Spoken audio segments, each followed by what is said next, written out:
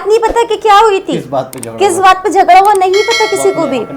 वो अपना इंसान देख कर ना वहाँ पे कि यार हमारे बंदे के साथ कुछ हो रहा है तो लाजमी जाना है।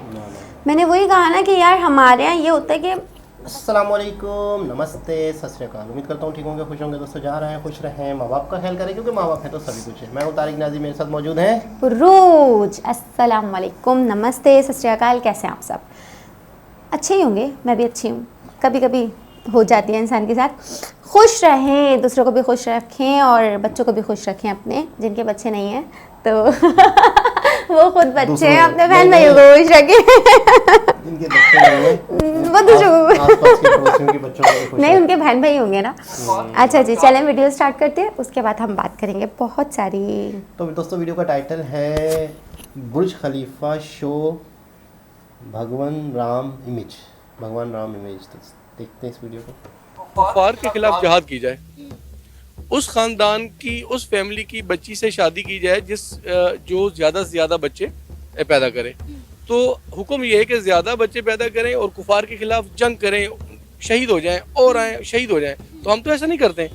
हम तो बल्कि यहाँ पे तो हमारी बेस ही गलत है। हम तो ये चाहते हैं कि 2 से ज़्यादा बच्चे नहीं होने चाहिए। हम तो अल्लाह की चीज़ों में तो हम खुद रुकावट बने हुए हैं। और फिर कैसे हम मुदामत करते हैं? ये किसी भी मुसलमान कंट्री के लिए, किसी भी मुस्लिम के लिए ये न्यूज़ इतनी बैड न्यूज़ है कि इसको जिस लेवल पे भी इसको कंडेम किया जाए वो कम है। क्योंकि हमारे लिए हमारा जो मज़हब है वो एक लिमिट तक इजाज़त देता है कि आप किसी के लिए भी किसी भी मज़हब के लिए आप एक लेवल तक जा सकते हैं। देखें जी, अब बातों का, मेरे ख्याल से बातों का टाइम नहीं है। हम पे जिहाद फर्ज है। अच्छा। अगर बातों से बात नहीं ना मुकम्मल होती तो जिहाद के लिए निकलना चाहिए। आपको लगता है जिहाद करने से ये तमाम तर मसले हल हो जाएंगे, हमारे इस्लामी ममालिक के साथ ताल्लुकात बेहतर हो जाएंगे? ये कोई छोटा वाकया तो नहीं है ना कि मस्जिद की जगह पर मंदिर बनाना। एक दिन आएगा, हमारा ईमान है हमारा कि एक दिन आएगा जब इस पूरी दुनिया के अंदर सिर्फ इस्लाम का झंडा लहराएगा और जिहाद होगा। ये कुफार इस दुनिया से मिटेंगे और इस्लाम का झंडा बुलंद होगा और इस्लाम होगा, इसमें तो कोई डाउट नहीं है। ये तो हमारा एक कुरान का फैसला है। इंडिया जो है वो रशिया के साथ भी रखता है, अमेरिका के साथ भी सारे रिलेशन रखता है। उसी तरह से हमारा सिर्फ रिलेशन अमेरिका तक होता है। जैसे कि हमारा ex prime minister Imran Khan जब जाता है वहाँ पे रशिया में जाता है तो हमारे अपने ही मुल्क के लोग उसको स्नैप कर रहे होते हैं। इस वक्त उसकी जो पोजीशन बना रहे हैं वो इसी वजह से। तो किसी भी तौर पे गवर्नमेंट को हमारी चाहिए, एक तो अपने सारे जितने अभी ईरान का जो मसला हुआ वो भी इस्लामिक कंट्री है। नाज़रीन, जैसा कि आप सब जानते हैं कि 22 जनवरी को इंडिया के प्राइम मिनिस्टर नरेंद्र मोदी ने अयोध्या में राम मंदिर का इफ्तिताह कर दिया है। टाइम स्क्वायर पर भी राम मंदिर की इफ्तिताही तकरीब जो है वो लाइव दिखाई गई। इसके साथ ही साथ बुर्ज खलीफा पर हिंदुओं के भगवान राम के जो है पिक्चर्स भी चलाई गई। अफसोस के साथ कहना पड़ रहा है कि यूएई में 14 अगस्त को पाकिस्तान का झंडा तो नहीं लगाया जाता, लेकिन 15 अगस्त को इंडिया का झंडा भी लगाया जाता है और राम मंदिर की इफ्तिताही तकरीब पर उनके भगवान राम की तस्वीर भी चलाई जाती है। इस सारे मामले पर पाकिस्तानी अवाम का क्या कहना है, आइए जानते हैं। सर, आपका नाम? अस्मतुल्लाह। सर, आपको पता होगा 22 जनवरी को इंडिया के प्राइम मिनिस्टर नरेंद्र मोदी साहब ने राम मंदिर का इफ्तिताह किया है और बड़े बड़े लेवल पर इसका इफ्तिताह किया गया राम मंदिर का। दुनिया भर से भारत को मुबारकबादें आ रही हैं कि आपकी सदियों तक लड़ने वाली लड़ाई जो थी वो अपने अख्ताम को पहुंच गई है। बाबरी मस्जिद की जगह राम मंदिर का इफ्तिताह कर दिया गया है। अब खबर सब निकल कर सामने आई है कि न्यूयॉर्क में टाइम स्क्वायर पर 1 घंटा जो इफ्तिताही तकरीब थी राम मंदिर की वो मुसलसल दिखाई गई और उनके भगवान राम की तस्वीरें भी चलाई की। और आपको पता है कि यहाँ तक कि दुबई के बुर्ज खलीफा पर उनके भगवान राम के जो है विजुअल चलाए गए हैं। अगर हम बात करें 14 अगस्त की, तो 14 अगस्त पे आपको याद होगा बुर्ज खलीफा पर पाकिस्तान का झंडा नहीं लगाया गया था, लेकिन 15 अगस्त को इंडिया का झंडा लगाया गया। लेकिन आज क्या हुआ है, आज उन्होंने बुर्ज खलीफा पर अपने भगवान राम की तस्वीर चला दी है। क्या कहेंगे? सबसे पहली बात तो ये कि ये जो इस्लाम के ठेकेदार बन के बैठे हैं अरब ममालिक, उन्होंने क्या मज़ामत की है। पाकिस्तान, हम ठीक है, हमें बहुत उनसे पहले करनी चाहिए, हम भी मुसलमान ममालिक हैं, मगर बात यह है कि जो जिनकी दुनिया के अंदर जिनकी बात मानी जाती है जिनकी ये कैपेसिटी है, जिनकी बात को कोई बंदा सुनता है, जिनकी बात सुनी जाएगी, आगे उसके ऊपर अमल होगा, वो अरब ममालिक क्या कर रहे हैं, वो जो इस्लाम के ठेकेदार बने हुए हैं वो पूरी दुनिया में वो क्या कर रहे हैं। पाकिस्तान की जितनी कैपेसिटी है, जिस लेवल पे जितनी पब्लिकली जो वो लोग कर सकते हैं वो हम सब लोग कर रहे हैं, और हमें करना भी चाहिए। ये अल्लाह का हुक्म है। और सबसे बड़ी बात पता क्या है, असल में हम अपनी उस पे असल चीज़ों पे चल नहीं रहे। अल्लाह के प्यारे हबीब का हुक्म है, हज़रत मोहम्मद सल्लल्लाहु अलैहि वसल्लम का, कि कुफ़ार के खिलाफ जहाद की जाए। उस ख़ानदान की, उस फैमिली की बच्ची से शादी की जाए जो ज़्यादा से ज़्यादा बच्चे पैदा करे। तो हुक्म ये है कि ज़्यादा बच्चे पैदा करें और कुफ़ार के खिलाफ जंग करें, शहीद हो जाएं और आए शहीद हो जाएं। तो हम तो ऐसा नहीं करते। हम तो बल्कि यहाँ पे तो हमारी बेस ही गलत है। हम तो ये चाहते हैं कि 2 से ज़्यादा बच्चे नहीं होने चाहिए। हम तो अल्लाह की चीज़ों में तो हम खुद रुकावट बने हुए हैं। और फिर कैसे हम मुजामत करते हैं? हम तो इतने हमारे ज़मीर मुर्द हो चुके, कैसे मुजामत करेंगे बताएं मुझे। सर आप ये देखिए ना कि Islamophobia all over the world बहुत ज़्यादा फैल चुका हुआ है। अगर आपने बात की इस्लामी ममालिक की जो इस्लाम के ठेकेदार बने हुए हैं, हम कहते हैं सऊदी अरेबिया, दुबई, तुर्की, ईरान, ये पाकिस्तान से ज़्यादा इस्लामिक कंट्रीज़ हैं।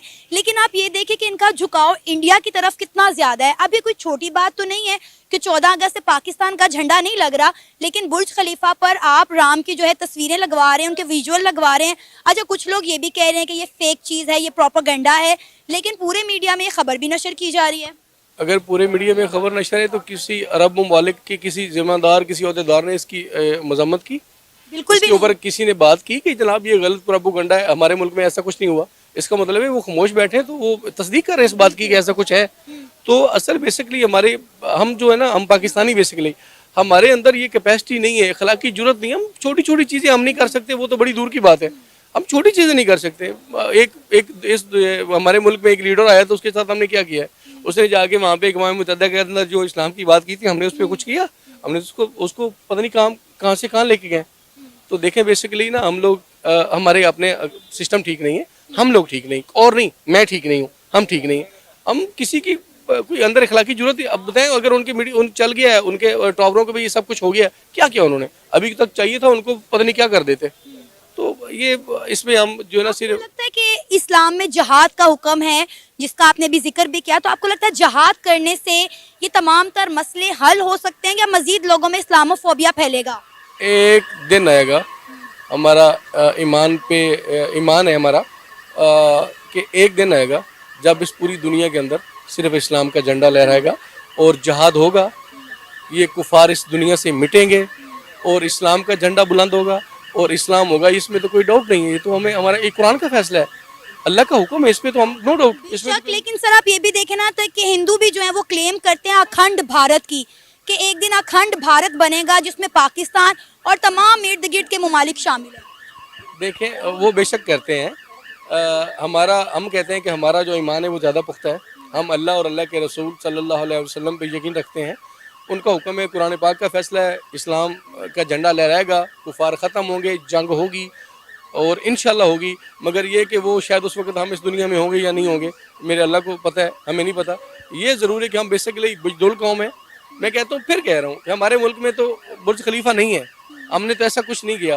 वो जो अरब ममालिक के जो ठेकेदार हैं इस इस्लाम की, वो क्या कर रहे हैं? उन्होंने क्या किया?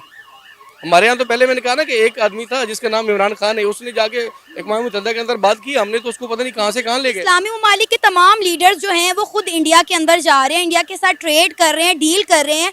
वो कह रहे हैं मजहब अपनी जगह, तजारत अपनी जगह, इंटरनेशनल रिलेशन अपनी जगह। वो कह रहे हैं मज़ाहिब को एक तरफ रख के आप हमारे साथ ट्रेड करें, आप हमारे तक तमाम जो है वो मामलात करें, और तमाम ममालिक यही कर रहे हैं। गैर मुस्लिम के साथ रसूल पाक सल्लल्लाहु अलैहि वसल्लम ने तिजारत फरमाई, आपके सहाबा कराम ने फरमाई, नो डाउट।